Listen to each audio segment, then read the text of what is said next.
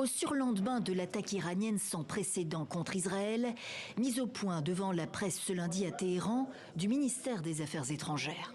Il n'y a eu aucun accord préalable entre nous et une quelconque autre partie concernant l'attaque de la République islamique d'Iran. Une précision qui interroge. Aucun démenti possible par ailleurs sur les annonces par l'Iran de représailles jugées légitimes contre Israël dans les jours qui ont précédé le 13 avril. Une chose est sûre, avec la nouvelle stratégie iranienne, une nouvelle donne s'installe au Moyen-Orient qui inquiète tous les membres permanents du Conseil de sécurité.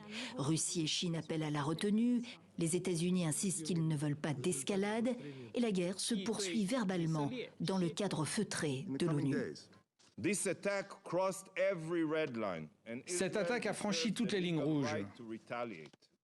Et Israël se réserve le droit de riposter. Après une attaque aussi massive et directe sur Israël, le monde entier ne peut pas ne rien faire.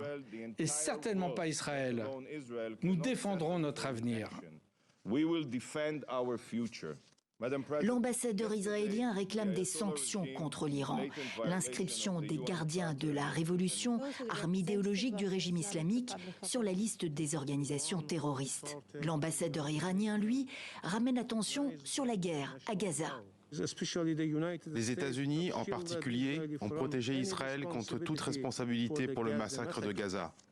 Ils justifient honteusement le massacre et le génocide israélien contre les Palestiniens sans défense sous prétexte de l'autodéfense.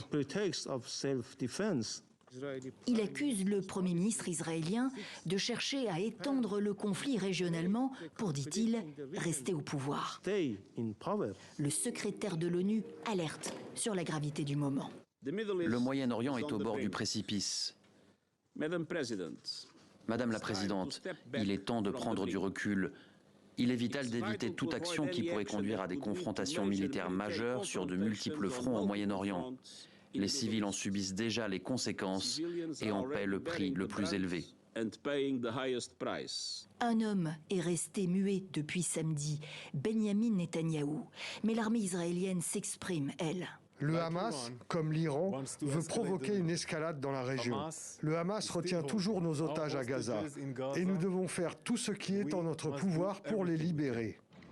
Autrement dit, à défaut du soutien de Washington pour une riposte directe contre l'Iran, Israël pourrait bien faire le choix dans l'immédiat de cibler ses alliés où qu'ils soient, à commencer par le Hamas à Rafah.